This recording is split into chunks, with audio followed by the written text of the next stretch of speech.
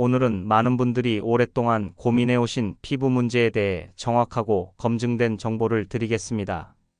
바로 기미와 검버섯에 대한 이야기인데요. 얼굴에 하나둘씩 생기기 시작하면서 거울 보기가 꺼려지고 사람들 앞에 나서기가 부담스러우셨을 겁니다. 저는 수십 년간 피부 질환을 진료해온 전문의입니다. 제게도 얼굴 피부 때문에 힘든 시절이 있었습니다. 그 경험을 바탕으로 수많은 사례를 연구했고 수천 명의 환자에게 직접 적용해 왔습니다. 오늘 이 자리에서 그 내용을 모두 정리해서 알려드리겠습니다. 많은 분들이 기미나 검버섯은 나이가 들어서 생기는 자연스러운 현상이라고 생각하시지만 그것은 절반만 맞는 이야기입니다. 실제로는 피부 속에서 일어나는 여러 가지 생리적 변화와 외부 환경이 복합적으로 작용하면서 생기는 현상입니다. 첫 번째 원인은 자외선입니다. 자외선은 피부 속 멜라닌 세포를 자극해서 색소를 과도하게 만들어내게 됩니다. 그런데 중요한 점은 단순히 햇볕을 많이 쬐었다고 해서 문제가 생기는 것이 아니라는 겁니다. 젊을 때는 피부 스스로가 회복할 수 있는 힘이 강하지만 나이가 들면 그 회복 능력이 떨어지게 됩니다. 이로 인해 누적된 자외선 손상이 기미와 검버섯으로 나타나게 됩니다. 두 번째는 호르몬 변화입니다. 특히 여성의 경우 폐경기를 전후로 여성 호르몬 수치가 급격히 떨어지게 되는데요. 이 시기에 멜라닌 세포의 조절 기능이 무너지면서 색소가 과잉으로 만들어집니다. 마치 통제자가 없는 공장에서 기계가 멋대로 작동하듯이 멜라닌 세포가 제멋대로 반응하게 되는 거죠. 세 번째는 염증 반응입니다. 여드름이나 상처처럼 피부에 자극이 생겼을 때 우리 몸은 그것을 회복하려고 염증 물질을 분비합니다. 이 염증 물질이 멜라닌 세포를 자극해서 색소 침착을 유발하게 됩니다. 네 번째는 정신적인 스트레스입니다. 지속적인 스트레스는 코르티솔이라는 호르몬을 과도하게 분비시키는데요. 이 호르몬은 멜라닌 세포의 활동을 더욱 활성화시킵니다. 그래서 스트레스를 많이 받는 분일수록 얼굴이 더 칙칙하고 거칠어 보이는 겁니다. 또 하나 중요한 요인이 있습니다. 바로 피부 재생 주기의 변화입니다. 건강한 피부는 평균적으로 28일에 한 번씩 새로운 피부로 교체됩니다. 하지만 50대 이후로는 이 주기가 40일에서 60일까지 길어지게 됩니다.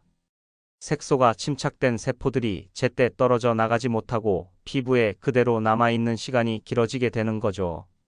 이처럼 기미와 검버섯은 단순히 나이 탓만으로 설명할 수 있는 문제가 아닙니다. 피부 안팎에서 일어나는 여러 가지 요인이 동시에 작용하는 복합적인 결과입니다. 따라서 단순한 미백 화장품이나 레이저 치료만으로는 근본적인 해결이 어렵습니다. 지금부터는 이러한 원인들을 어떻게 관리하고 개선할 수 있는지에 대해 알려드리겠습니다. 무작정 시도하는 민간요법이 아닌 의학적으로 검증된 안전하고 효과적인 방법을 말씀드리겠습니다. 기미와 검버섯이 걱정되다 보면 많은 분들이 인터넷이나 유튜브에서 본 민간요법을 따라 하게 됩니다. 하지만 여기에는 매우 위험한 함정이 숨어 있습니다.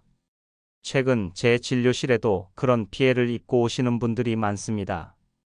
예를 들어 어떤 분은 레몬즙이 기미에 좋다는 이야기를 듣고 매일 얼굴에 발라오셨습니다. 그 결과는 매우 심각했습니다. 피부가 짓무르고 물집이 생겼고 결국 화학적 화상을 입게 된 겁니다. 레몬에는 구연산이라는 강한 산 성분이 들어 있어서 피부를 자극하게 됩니다. 특히 이 상태에서 햇빛까지 받게 되면 광독성 반응이 일어나 화상처럼 피부가 손상될 수 있습니다.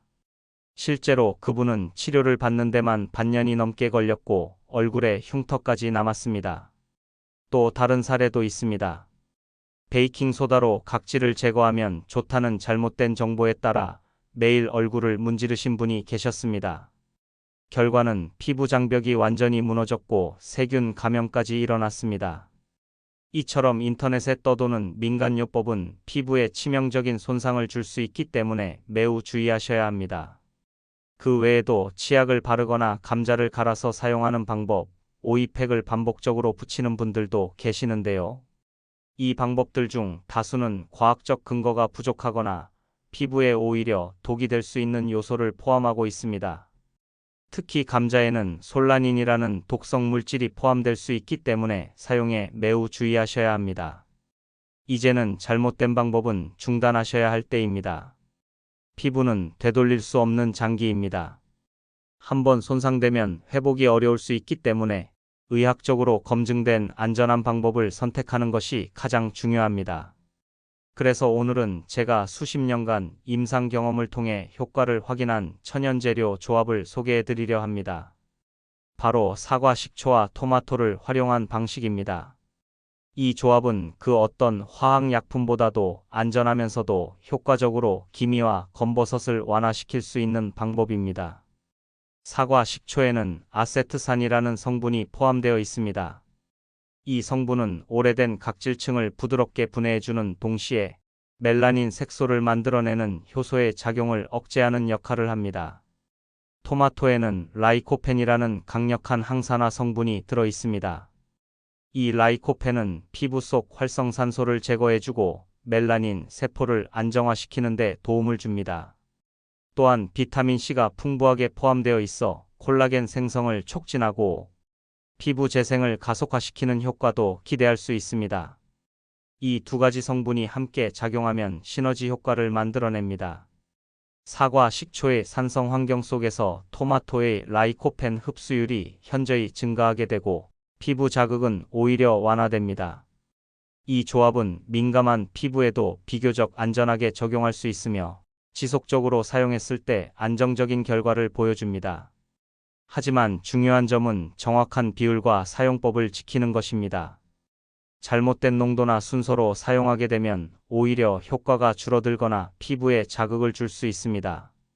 제가 임상을 통해 확인한 가장 안전하면서도 효과적인 황금 비율은 다음과 같습니다. 사과 식초 2에 토마토즙 1의 비율입니다. 이 비율은 피부 자극을 최소화하면서도 멜라닌 활동을 억제하고 각질 제거와 재생을 동시에 촉진할 수 있는 조합입니다. 지금부터는 이 재료를 어떻게 준비하고 어떤 순서로 만들어야 하는지 정확하게 알려드리겠습니다. 이 내용을 반드시 기억하시고 그대로 따라하셔야 피부에 부담을 주지 않으면서도 충분한 효과를 경험하실 수 있습니다. 사과 식초와 토마토를 이용한 이 방법은 누구나 집에서 손쉽게 준비할 수 있습니다. 하지만 몇 가지 주의할 점이 있습니다.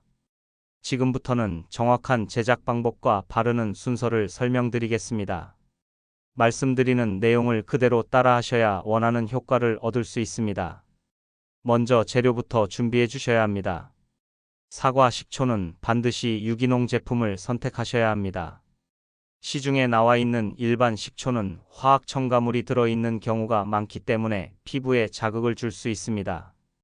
유기농 사과 식초는 대형마트나 온라인에서 쉽게 구하실 수 있고 가격 부담도 크지 않습니다. 토마토는 너무 익은 것보다는 살짝 단단한 상태가 가장 좋습니다. 익은 정도가 8할 정도인 토마토가 이상적입니다. 방울토마토나 흙에서 자란 토마토는 라이코펜 함량이 훨씬 높기 때문에 가능하다면 그런 종류를 사용하시는 것이 좋습니다. 제작 순서는 다음과 같습니다. 먼저 토마토를 깨끗이 씻어주신 뒤 끓는 물에 약 30초간 데칩니다. 그 다음 찬물에 바로 담가주시면 껍질이 쉽게 벗겨집니다. 껍질에는 알레르기를 유발할 수 있는 성분이 있기 때문에 반드시 제거해 주시는 것이 좋습니다. 껍질을 제거한 토마토는 믹서기로 곱게 갈아주시고 깨끗한 천이나 거름망으로 즙만 받아냅니다. 건더기는 제거하시고 맑은 토마토즙만 사용하셔야 합니다. 다음은 사과 식초와 섞는 단계입니다. 유리그릇에 토마토즙을 먼저 넣고 그 위에 사과 식초 2큰술을 천천히 부어가며 저어주시면 됩니다. 주의하셔야 할 점은 식초를 먼저 넣으면 거품이 생겨 효과가 떨어지기 때문에 반드시 토마토즙을 먼저 넣고 그 다음에 식초를 섞으셔야 합니다. 충분히 섞은 후에는 약 10분 정도 그대로 두어 성분이 안정화되도록 해주시면 됩니다. 이 과정에서 사과 식초의 아세트산과 토마토의 라이코펜이 더욱 강하게 결합하여 피부 개선에 효과적인 상태가 됩니다. 이제 사용 전 간단한 테스트를 해보셔야 합니다.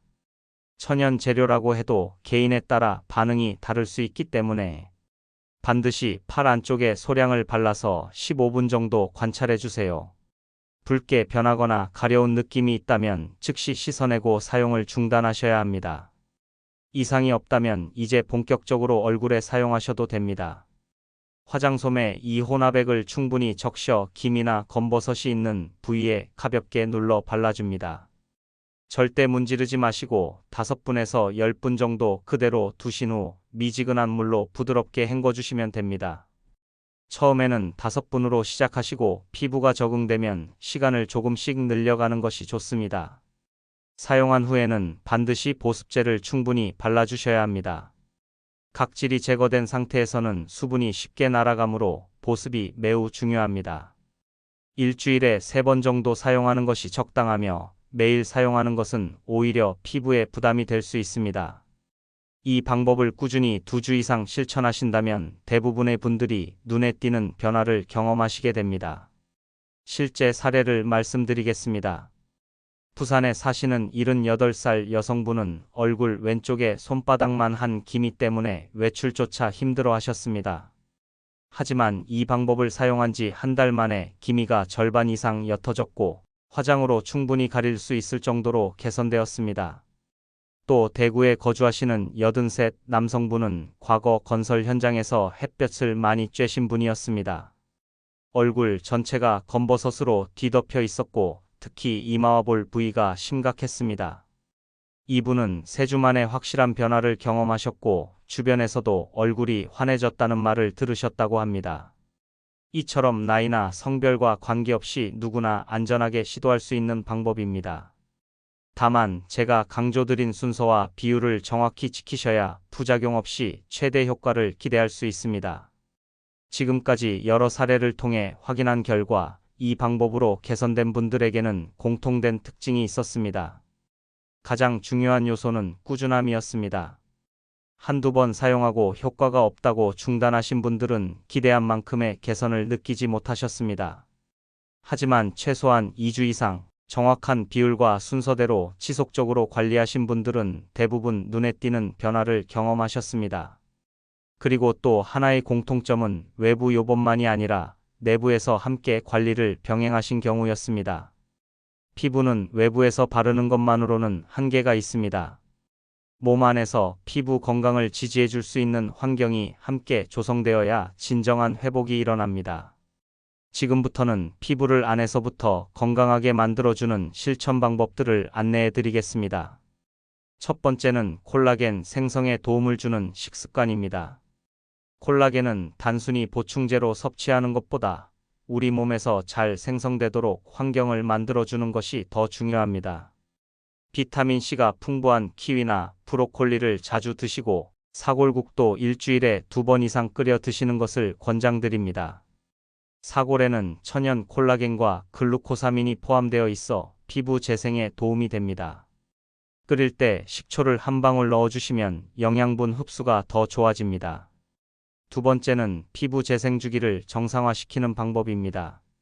나이가 들수록 피부가 새롭게 교체되는 시간이 길어지기 때문에 각질이 오래 남아 색소가 쌓이게 됩니다. 따라서 일주일에 한 번 정도 부드러운 수건으로 얼굴을 원을 그리듯 살살 마사지해 주시고 미지근한 물에 굵은 소금 한 줌을 넣어 반신욕을 10분 정도 해주시면 혈액순환이 개선되어 재생력이 높아집니다. 세 번째는 자외선 차단입니다. 단순히 선크림만 바르는 것으로는 부족합니다. 토마토를 익혀서 꾸준히 드시는 것도 도움이 됩니다. 익힌 토마토는 생토마토보다 라이코펜의 흡수율이 훨씬 높아집니다. 또한 녹차를 하루 3잔 이상 마시면 자외선으로 인한 피부 손상을 줄일 수 있습니다. 식사 직후보다는 식사 1시간 후에 드시는 것이 좋습니다. 네 번째는 염증을 줄이는 식단입니다.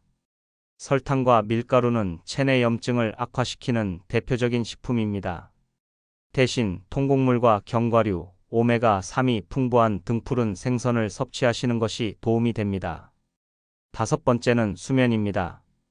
밤 10시부터 새벽 2시까지는 성장 호르몬이 가장 활발히 분비되는 시간입니다.